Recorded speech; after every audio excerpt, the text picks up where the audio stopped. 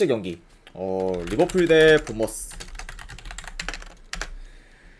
자, 일단 이제 리버풀 같은 경우에는 주전 미드필더들이 이제 결장이거나 떠나면서 중원 전력이 이제 많이 약해졌는데, 최근 이제 엔도를 영입하면서 어느 정도 중원을 지금 보강을 한 상태예요. 좀. 자, 물론 뭐 이제 엔도를 영입하긴 했지만 현재 이제 지금 티아고가 부상이고, 그리고 이제 핸더슨이랑 이제 케이터가 떠난 약간 그런 중원에 엔도가 오면서 좋아지긴 하겠지만, 과연 이게 크게 좋아질지는 좀 의문이 사항이에요. 아무래도 이제 리버풀이 어느 정도 좀 이제 영입하려고 하는 그런 선수는 좀 카이세도 같이 좀 굉장히 좀 수준급의 그런 미드필더들을 원했는데, 그보다는 좀 살짝 아래인 엔도를 영입하면서 그게 과연 크게 효과가 나올지는 좀 지켜봐야 되는 상황이지 않나 생각이 듭니다.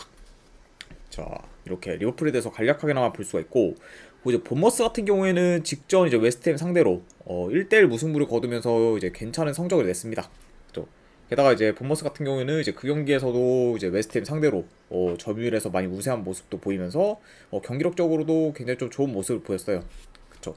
아무래도 이제 좀 새로 영입한 선수들이 좀 좋은 활약을 해주다 보니까 경기력적으로도 이전보다는 더 좀 향상된 그런 모습을 보였다. 네, 이렇게 이제 간략하게나마 말씀드리고 싶습니다.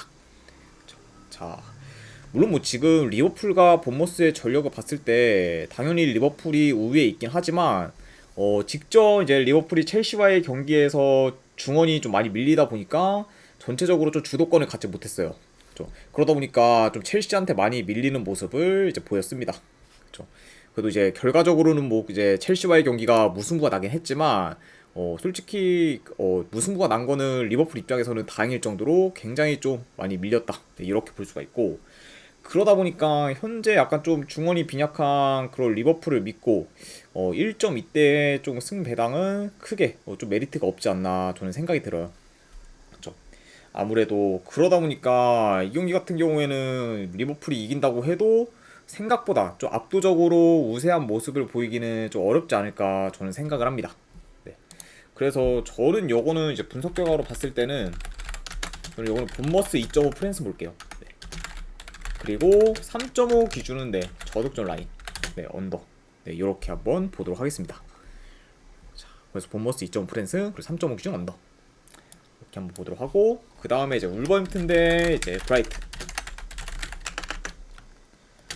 자, 우선 이제 울버햄튼 같은 경우에는 직전 맨유전에서 1대 0으로 졌긴 했지만 굉장히 좀 기대 이상의 경기력을 보여주면서 좋은 모습을 보였습니다.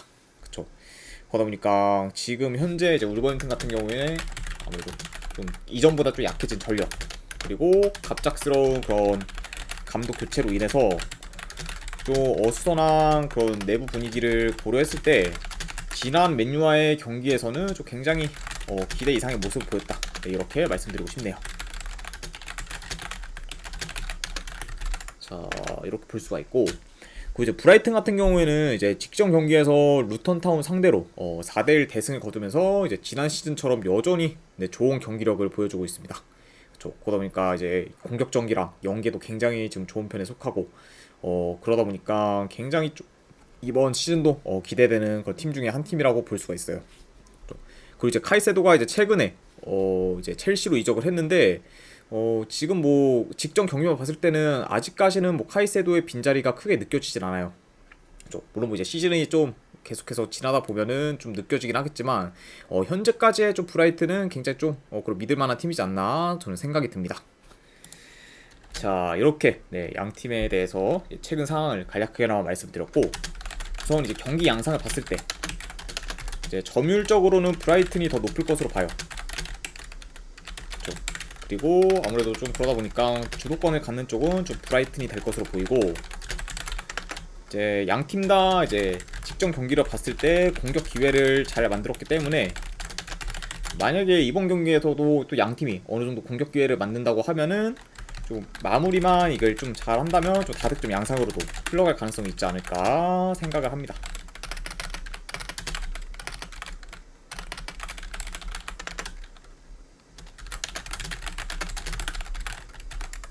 이렇게 볼 수가 있고, 울버햄튼 같은 경우에는 뭐 직전 경기에서 좋은 경기력을 보였긴 했지만, 브라이튼이 이제 전력이나 이제 경기력이 더 우세하고, 그리고 이제 아까 말씀드렸던 이제 공격 전개나 그리고 연계 퀄리티도 이제 울버햄튼에 비해서는 그래도 브라이튼이 좀 굉장히 좋기 때문에 요거는 만약에 승패를 본다고 하면은 원정이라고 해도 그래도 브라이트 사이드를 보는 게 조금 더 낫지 않나 저는 생각이 들어요. 그러다 보니까 이제 저는 요 경기 같은 경우에는 분석 결과로 봤을 때 네, 그래도 브라이튼 승 쪽을 보고 그쪽 이제 고배당으로는 저는 햄무 도전 그리고 2.5 기준은 네, 오바 보도록 하겠습니다. 아이고 팔순더치페이님 별풍선 50개 네 감사드립니다. 아 제가 그러면은 지금 네 바로 보내드리도록 할게요. 자 잠시만요. 네.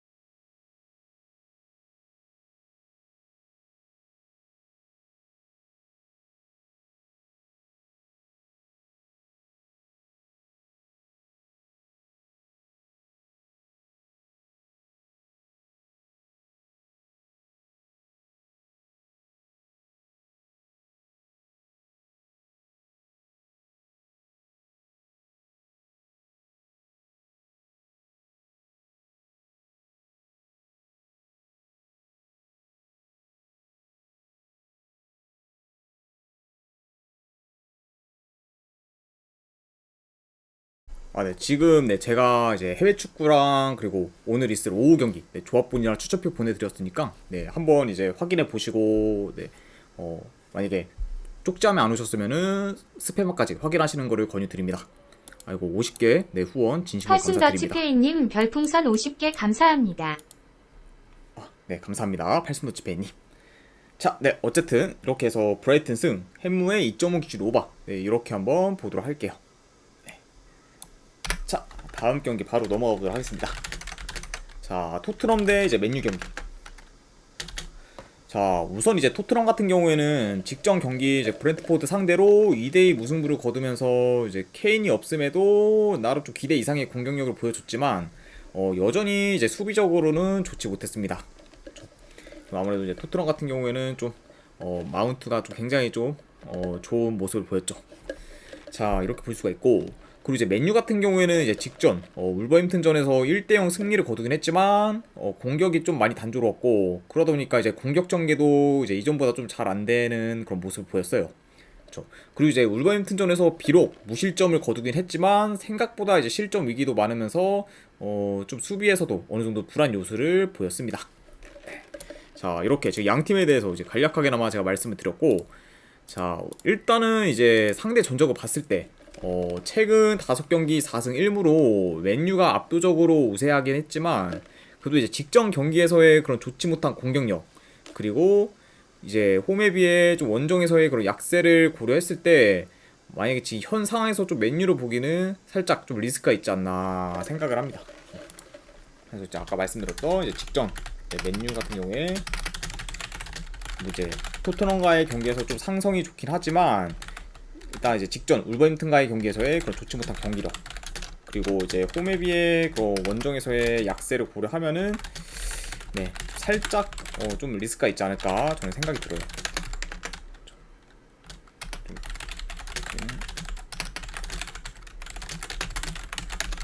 네, 이렇게 지금 보여지고 자 그러다 보니까 아무래도 토트넘 사이드를 저는 보긴 하지만 토트넘 역시 지금 매 경기 실점할 정도로 수비가 안 좋기 때문에 요런 약간 실점할 가능성을 염두를 하면은 이제 만약에 토트넘 사이드를 본다고 해도 저득점보다는 좀 다득점 양상으로 흘러갈 수도 있지 않을까 생각을 합니다. 그래서 물론 뭐 이 경기 같은 경우에는 맨유가 어느 정도 지난 경기보다 더 좋은 경기력을 보여줘서 이길 가능성도 있긴 하지만 그래도 이제 현 상황에서 봤을 때는 지금 맨유 경기력을 그렇게까지 신뢰할 수는 없을 것 같아요. 그래서 저는 요거는 토트넘 쪽 프랜승 그리고 2.5 기준 오바 네 이렇게 한번 보도록 할게요. 자 이렇게 해서 네 토트넘과 이제 맨유 경기도 간략하게 나와 말씀을 드렸고 그 다음에 이제 또 다른 EPL 경기 맨체스터 시티 대 이제 뉴캐슬. 자 우선 이제 맨시티 같은 경우에는 지금 케빈 더브라이너가 결장의 상황입니다. 그러다 보니까 지금 굉장히 좀 뼈아픈 그런 전력 누수가 있죠. 뭐 반면에 뭐 뉴캐슬 같은 경우에는 그렇게까지 큰 결장자는 없는 편이에요. 자, 이렇게 양 팀의 이제 결정자 누수를 간략하게나마 알아봤고, 우선 이제 맨시티 같은 경우에는 직전 슈퍼컵에서 이제 세비야와 경기를 치렀는데 점유율이나 이제 경기력은 많이 앞서긴 했지만 다소 좀 마무리가 아쉬운 모습을 보이며 이제 정규 시간 기준 1대1 무승부를 거뒀습니다. 물론 뭐 이제 승부차기 끝에 맨시티가 이제 승리를 해 결국에 우승컵에 들긴 했지만 결국 정규 시간 내에서의 그런 경기만 봤을 때 아무래도 이제 케빈 더브라이너가 없다 보니까 경기 자체가 좀 잘 안 풀리는 모습을 많이 보였어요. 그만큼 지금 맨시티 안에서 덕배의 그런 영향력이 굉장히 좀 크다는 거를 지난 경기에서 다시 또 느끼게 했고, 반면에 이제 뉴캐슬 같은 경우에는 리그 첫 경기부터 이제 이번 시즌 라인업이 이제 많이 좋아진 아스톤 빌라 상대로 5대1 대승을 거뒀고, 그리고 이제 지난 시즌처럼 공격 전개도 좋으면서 템포 빠른 그런 경기 플레이를 보여줬습니다. 그러니까 지난 시즌과 마찬가지로 이번 시즌 뉴캐슬도 좀 굉장히 기대되고 만한 그런 좀 팀이지 않나 생각이 들어요. 네. 충분히 뭐 이제 최상위권까지도 한번 노려볼 만한 그런 팀이라고 보여집니다. 자, 일단 이제 경기 양상을 봤을 때 이제 맨시티가 볼 점유율은 좀 높게 가져갈 것으로 봐요. 그리고 이제 뉴캐슬이 이제 역습 경기가 좀 굉장히 빠르기 때문에 어느 정도 이제 뉴캐슬 템포에 좀 따라가다 보면은 네, 자연스럽게 좀 이 경기 같은 경우에는 좀 스피디하게 좀 템포 빠른 경기로 흘러갈 수도 있지 않을까 생각이 됩니다.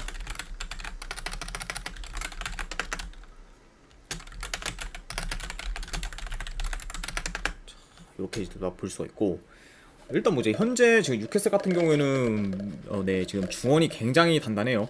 이제 토날리가 이제 들어오면서 지금 뭐 토날리, 기마랑이스, 이제 조엘린톤으로 구성된 그런 미드필더의 삼각편대가 굉장히 지금 좋은 모습을 보여주고 있기 때문에 현재 지금 덕배랑 그리고 베실바도 지금 결장 의심인 상황인 그런 맨시티 상대로 중원에서 전혀 밀릴 게 없기 때문에 오히려 지금 중원 싸움에서는 뉴캐슬이 더 우위를 점할 가능성이 있고, 그러다 보면은 결국에 맨시티 입장에서는 이 경기가 이제 홈이라고 해도 좀 생각보다 쉽지 않은 경기가 될 수가 있습니다.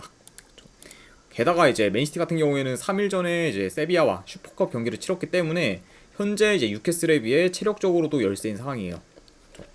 그러다 보니까 여러 요소들을 다 고려했을 때 이 경기 같은 경우에는 맨시티 승을 보기는 좀 배당 대비 좀 메리트가 없지 않나 저는 생각이 듭니다.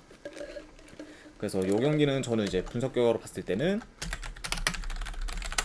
뉴캐슬 프랜슨 한번 도전해 보거나 안 그러면은 2.5 기준으로 오버 보는 경기 이렇게 한번 보도록 할게요. 그래서 뉴캐슬 프랜슨의 2.5 기준 오버 이렇게 한번 보도록 하겠습니다. 자, 일단 이제 EPL 경기가 다 마무리가 됐고, 그 다음에 이제 라리가 경기 소시에다드 대 이제 셀타비고.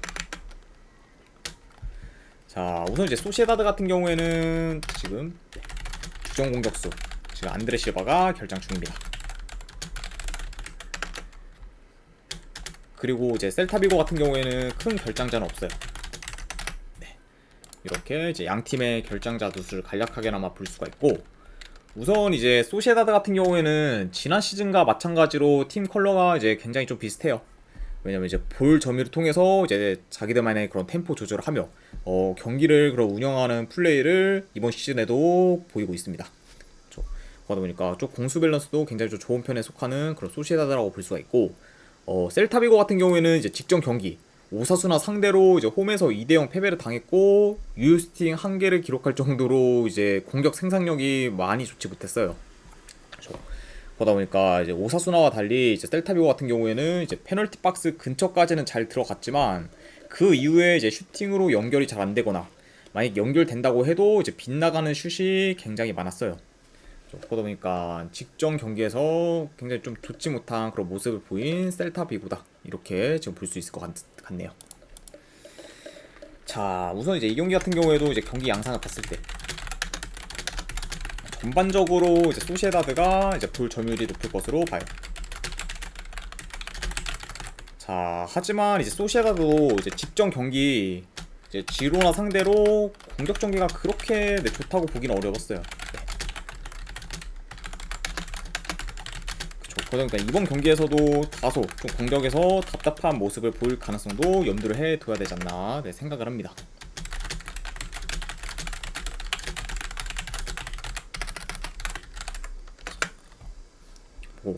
그쵸. 그러다 보니까 아무래도 이제 직전 경기를 보고서 좀 판단을 했을 때 양팀 다 이제 전체적으로 공격이 좋지 못했고, 그러다 보니까 아무래도 좀 저득점 양상으로도 이제 흘러갈 수 있을 것 같아요.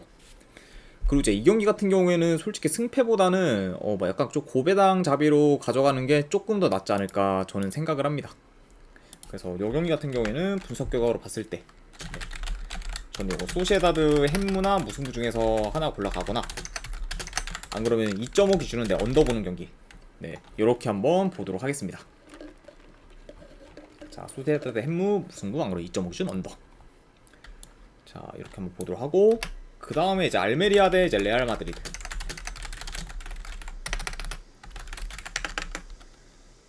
자, 우선 이제 알메리아 같은 경우에는 지금 주전 공격수 한 명이 결장 중입니다. 지금 레오 바티스타가 지금 결장 중이고, 그리고 지금 레알 마드리드 같은 경우에는 지금 뭐 주전 골키퍼 한 명, 그리고 수비수 두 명이 지금 결장 중입니다. 저희가 잘 아는 뭐 쿠르투아, 그리고 맨디, 그리고 밀탕이 지금 결장 중이라고 볼 수 있네요.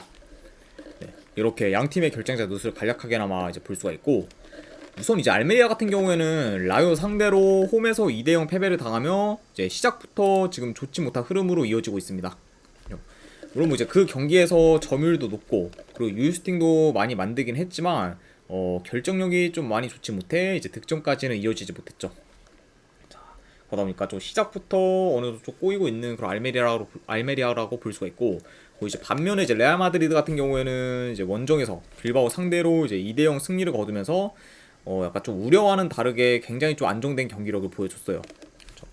일단 이제 레알 마드리드 같은 경우에는 풀백이 좀 이번 시즌 많이 빈약했는데, 이제 프란 가르시아가 좀 기대 이상으로 좀 좋은 모습 보였고, 그리고 아직까지는 뭐 벤자마의 빈자리도 뭐 크게 느껴지진 않기 때문에 현재 이제 레알 마드리드는 좀 그래도 좀 기대 이상의 지금 모습을 보이고 있다. 이렇게 지금 보여집니다.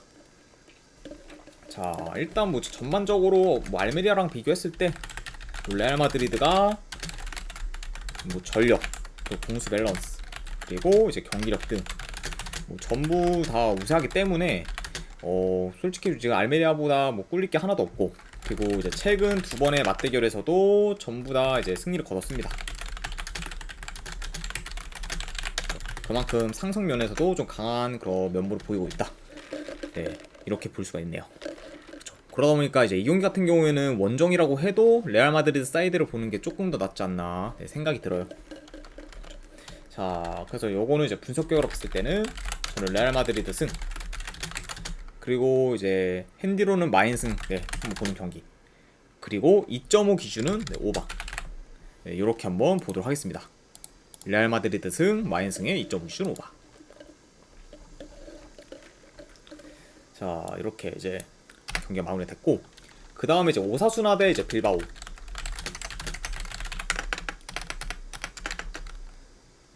자, 우선 이제 오사수나 같은 경우에는 직전 경기 원정에서 셀타비고 상대로 이제 승리를 거뒀고, 이제 그 경기에서 이제 패스와 연계가 좀 굉장히 많이 좋았습니다. 그쵸? 그러다 보니까 오사수나가 이제 상대적으로 셀타비고에 비해서 좋은 득점 기회도 많이 만들었죠. 그쵸? 굉장히 이제 시즌 첫 경기부터 좋은 그런 모습을 보이는 오사수나를 볼 수가 있고, 반면에 이제 빌바오 같은 경우에는 직전 레알 마드리드 상대로 제대로 된 공격 기회를 만들지 못했어요. 그리고 이제 그 경기에서 유스팅도 한 개에 그치는 등 홈에서 이제 공격 전개가 굉장히 좀 안 좋았습니다. 그러니까 양 팀의 이제 직전 각각의 경기에서의 그런 경기력을 봤을 때 오사수나가 훨씬 더 좋은 모습을 보였다. 이렇게 볼 수가 있고, 일단 이 경기 같은 경우에는 경기 양상을 봤을 때 대체적으로 좀 점유율은 비슷하게 가져갈 수도 있을 것 같아요. 그러니까 이제 비슷하게 좀 점유율은 가져갈 것으로 보이지만, 이제 공격에서는 현재 뭐 빌바오보다는 오사수나가 좀 더 두각을 나타낼 가능성이 있다. 이렇게 보입니다. 게다가 이제 오사수나 같은 경우에는 이제 측면 공격이 좋다 보니까 아무래도 공격을 전개했을 때는 좀 측면 위주로 공격을 하지 않을까 싶어요. 자, 게다가 이제 전반적으로 이제 뭐 지난 시즌에도 그렇고 이제 오사수나 같은 경우에는 이제 홈에서 더 경기력이 좋은 케이스. 그리고 이제 빌바오 같은 경우에는 원정에서는 이제 홈에 비해 좋지 못한 경기력을 줄곧 보여왔습니다. 그러다 보니까 홈과 이런 원정에서의 그런 상황까지 봤을 때도 오사수나가 훨씬 더 좀 그런 유리한 면을 지금 가지고 있고, 게다가 뭐 지금 현재 분위기도 뭐 오사수나가 더 좋고, 그리고 상대 전적 역시 오사수나가 이제 빌바오 상대로 최근 홈에서 2연승을 거뒀기 때문에 요런 상성까지 고려를 하면은 그래도 이 경기는 네, 오사수나 사이드를 보는 게 맞지 않나 저는 생각이 듭니다. 그래서 네, 이렇게까지 해서 요거는 분석 결과로 봤을 때는 오사수나 사이드를 보고, 그리고 요거는 2.5 기준인데 저득점 라인 언더 보도록 할게요. 왜냐면은 지금 빌바오의 그런 좀 저조한 공격력을 고려했을 때는 오바보다는 언더가 좀 더 낫지 않을까 생각을 합니다. 자, 이렇게 이제 라리가 경기가 다 마무리가 됐고, 자, 마지막으로 이제 오늘 개막하는 이제 분데스리가 경기죠. 그 중에 이제 첫 번째 경기 레버쿠젠 대 이제 라이프치.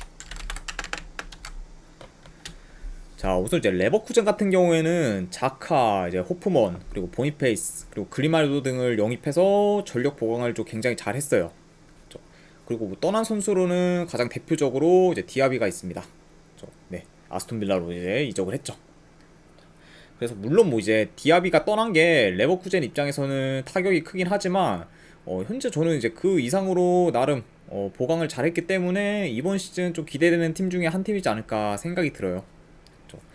다만 뭐 지금 뭐 레버쿠젠 같은 경우에는 지금 시크, 그리고 인파키에, 뭐 푸에르타 등 어느 정도 지금 전 포지션의 결정자 누수가 좀 있습니다. 요건 약간 좀 한 가지 고려될 만한 사항이다 이렇게 볼 수가 있고, 그리고 이제 라이프치 같은 경우에는 핵심 선수들이 대거 나갔는데도 불구하고 이제 직전 미넨과의 경기에서 3대0 대승을 거두면서 뛰어난 경기력을 보여줬습니다. 그래서 이제 올모를 필두로 해서 공격에서 좀 굉장히 좋은 모습을 보였죠. 물론 뭐 이제 미넨한테 실점 위기도 굉장히 좀 많았긴 했는데 이제 미넨이 너무 그거를 처리를 못해가지고 결국에 무실점으로 이제 대승을 거둔 그런 라이프치라고 볼 수 있습니다. 보다 보니까 아무래도 이제 직전 경기에서의 그런 경기력만 봤을 때는 충분히 이번 시즌도 경쟁력 있는 모습을 보일 것 같다. 네, 이렇게 지금 생각이 듭니다. 자, 일단 이제 친선 경기까지 다 포함해서 봤을 때 양 팀 다 이제 공격 전개랑 그리고 연계가 굉장히 좋고, 그리고 공격 템포가 그런 빠른 편이라고 볼 수 있어요.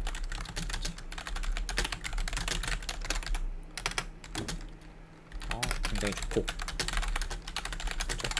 빠른 편이다. 네, 이렇게 볼 수가 있고, 그러다 보니까 아무래도 이제 이 경기 같은 경우에는 저득점보다는 좀 다득점 양상으로 흘러갈 가능성이 있고, 전력금 봤을 때는 그래도 레버쿠젠이 조금 더 나아 보이긴 하지만 라이프치의 그런 직전 경기에서의 기대 이상의 그런 경기력을 고려했을 때는 이 경기를 뭐 쉽게 레버쿠젠 사이드를 보기는 많이 어렵지 않나 싶어요. 게다가 이제 라이프치 같은 경우에는 그것도 미넨 상대로 컵 대회 우승을 했기 때문에 이런 약간 좋은 흐름을 이어갈 요소도 있지 않을까 생각이 듭니다. 그러다 보니까 이런 흐름적인 부분까지 생각을 했을 때는 요거는 뭐 레버쿠젠보다는 라이프치 사이드가 조금 더 낫지 않을까 저는 생각이 들어요. 그래서 요거는 이제 분석 결과로 봤을 때는 저 라이프치 프랜승, 그리고 2.5 기준으로 오바 보는 경기, 네, 이렇게 한번 보도록 할게요. 그래서 라이프치 프랜승의 2.5 기준 오바, 네, 이렇게 한번 보도록 하겠습니다. 자, 그 다음에 이제 호펜하임 대 프라이부르크. 자, 일단 이제 호펜하임 같은 경우에는 이번 시즌 이제 이적 시장에서 그냥 좀 대표적으로 이제 뽑을 만한 그 영입 선수는 살라이라고 지금 볼 수 있어요. 그래서 이제 살라이를 영입해서 어느 정도 수비 전력을 강화시켰고, 그리고 호펜하임 입장에서는 이제 핵심 공격수인 크라마니치를 지키면서 굉장히 좀 공격 전력을 지금 유지한 상태입니다. 사실상 뭐 이제 아무래도 이제 영입한 것보다는 크라마니치를 지킨 게 호펜하임 입장에서는 가장 큰 수확이지 않나 싶어요. 아무래도 이제 호펜하임의 공격의 그런 주축을 담당하기 때문에 크라마니치가 있고 없고에 따라서 굉장히 좀 공격에서의 영향이 크지 않나 싶습니다. 자, 하지만 이제 떠난 선수로 봤을 때 이제 핵심 미드필더 바움가르트너가 떠나면서 전력이 좀 많이 약화된 그런 상태입니다. 자, 이렇게 볼 수가 있고, 게다가 이제 지금 현재 호펜하임 같은 경우에는 이번에 이제 영입한 이제 살라이가 지금 부상으로 인해 결장 중이고, 그리고 가이거, 토우머와 같이 이제 주요 미드필더도 지금 결장이기 때문에 중원이 지금 굉장히 약한 상태입니다. 그러니까 호펜하임의 이제 결장자를 봤을 때 지금 주전 수비수 그리고 미드필더 2명이 결장 중이기 때문에 전력에서 좀 타격이 이렇게 지금 볼 수 있을 것 같습니다. 자, 이렇게 볼 수가 있고, 프라이부르크 같은 경우에는 이번 시즌 뭐 그렇게까지 눈에 띌 만한 영입은 없었어요. 그리고 이제 떠난 선수로는 이제 대표적으로 케빈 샤데, 그리고 마르크 플래컨, 그리고 이제 정우영 선수도 이번 시즌 프라이부르크를 떠났습니다. 그러다 보니까 프라이부르크 같은 경우에는 뭐 주전 윙어랑 제 골키퍼가 떠난 상황이라고 볼 수 있어요. 그리고 이제 지금 프라이부르크 같은 경우에는 지금 주전 미드필더 한 명이 결장 중, 이렇게 볼 수가 있고, 그리고 또 한 명은 이제 결장 의심이 사항이다. 이렇게 좀 간략하게나마 체크를 할 수 있을 것 같습니다. 자, 일단 뭐 전반적으로 양 팀 다 이제 지난 시즌보다 전력이 약화된 상황이라고 볼 수는 있지만, 현재 지금 결장자까지 생각을 하면은 호펜하임이 더 타격이 큰 상황이라고 생각이 돼요.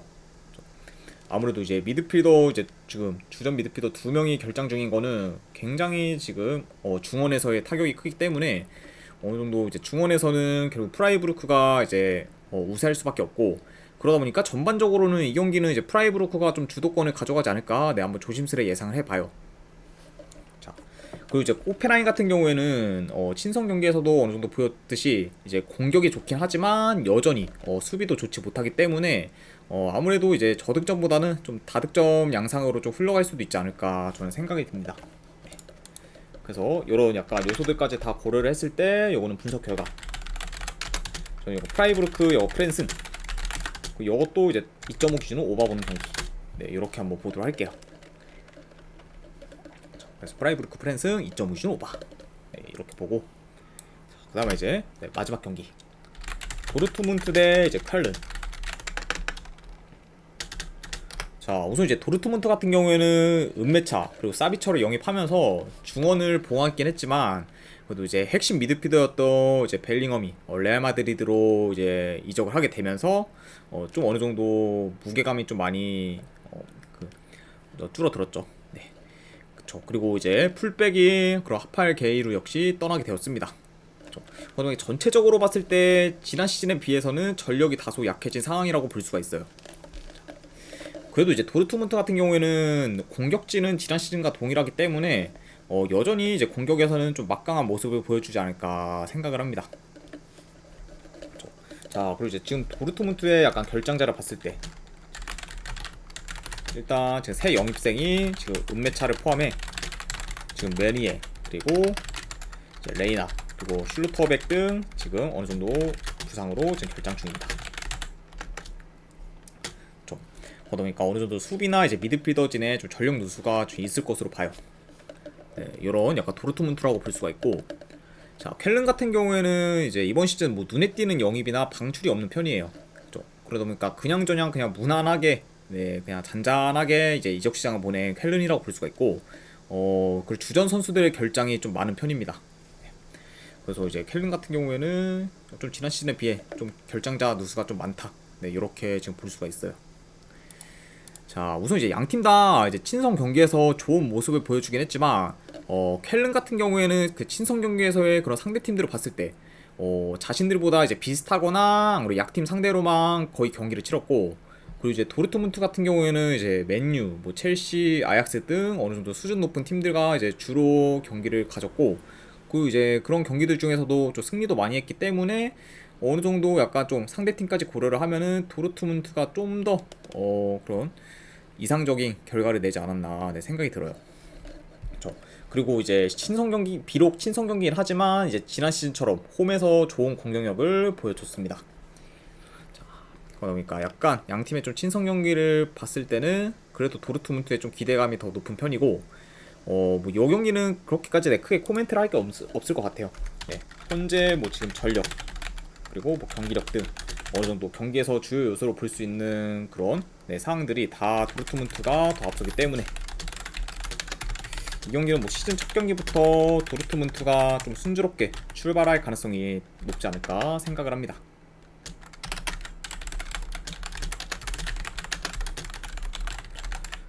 그래서 요거는 이제 분석 결과로 봤을 때는 저는 도르트문트 승, 그리고 요거는 한번 마인스까지도 보는 경기, 네, 이렇게 한번 보도록 할게요. 네, 요거는 뭐 언어반은 내 패스할게요. 기준점이 3.5다 보니까. 그래서 도르트문트 승에 마인스까지 보는 경기, 네, 이렇게 한번 가져가 보도록 하겠습니다. 자, 일단 이렇게까지 해서 이제 분데스리가까지 마무리가 되었고, 그리고 마지막으로 이제 분석으로는 말씀 안 드렸던 그 외의 경기들에 대해서 좀 어느 정도 도전해 볼 만한 거나 약간 좀 괜찮아 보이는 경기들, 네, 세 가지 정도로 한번, 네, 브리핑 한번 해보겠습니다. 자, 우선 이제 첫 번째, 이제 분데스리가 경기 중에 이제 아우크스부르크와 이제 메넨글라드바흐, 요 경기는 한번 그냥 무승부 도전해보는 경기, 네, 고배당으로 무승부 한번 도전해보거나, 그리고 두 번째 경기 툴루즈 대 이제 파리 생제르맹. 아무래도 이제 파리 생제르맹이 이제 이번 경기에 음바페가 이제 출전할 가능성이 좀 높죠. 그러다 보니까 직전 이제 로리앙과의 경기에서 굉장히 좀 답답한 모습을 보였는데, 이번 경기에서는 좀 어느 정도 살아날 가능성도 있지 않을까 생각이 들어서 파리 생제르맹 승에 이제 2.5 기준으로 오바, 네, 이것도 한번 같이 보도록 할게요. 네, 그리고 이제 마지막으로는 세리에 A, 네, 마찬가지로 이제 분데스리가랑 같이 개막을 하게 되는 그 세리아 A 경기 중에서 제노아 대 피오렌티나, 네, 이것도 한번, 네, 고배당으로 그냥 무승부 도전, 네, 요 정도로 한번 보도록 하겠습니다. 네, 이렇게까지 해서 이제 오늘 해외 축구에 대한 분석은 전부 다 마무리가 되었습니다. 네, 분석이 괜찮다 생각되시는 분들은 이제 추천이나 그리고 즐겨찾기 한 번씩 눌러주시면 감사드리고, 그리고 궁금하신 사항 있으시면은 채팅창으로 질문 주시면 바로바로 답변해 드리도록 할게요. 네, 지금까지 이제, 네, 끝까지 분석 방송 봐주신 분들, 네, 대단히 감사드립니다. 네, 감사합니다.